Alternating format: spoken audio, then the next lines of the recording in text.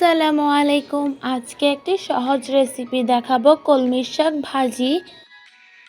প্রথমেই এখানে আমি কলমির শাক নিয়ে নিয়েছি। কলমির শাকগুলোকে কেটে ভালোভাবে ধুয়ে পানি ঝরাতে রেখে দিয়েছি।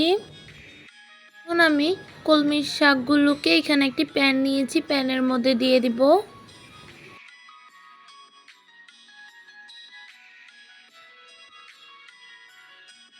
স্বাদ মতো লবণ দিয়ে দিব।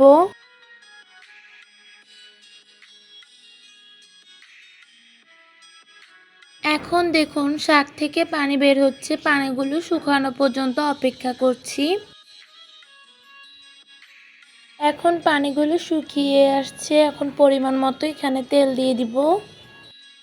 এখন এখানে 2টি শুকনো মরিচকে ভেজে নিব।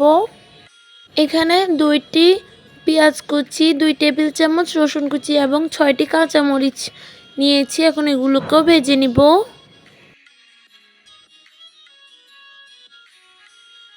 এখন সব কিছুকে একসঙ্গে ভেজে নিব।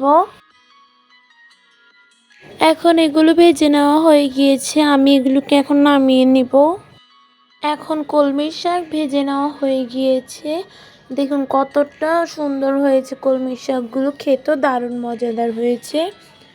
আমাদের দেওয়া ভিডিওগুলো ভালো লেগে থাকলে আমাদের ইউটিউব চ্যানেলটি সাবস্ক্রাইব করে দিবেন এবং ফেসবুক পেজটি ফলো করে দিবেন, সাথে লাইক, কমেন্ট এবং শেয়ারও করবেন।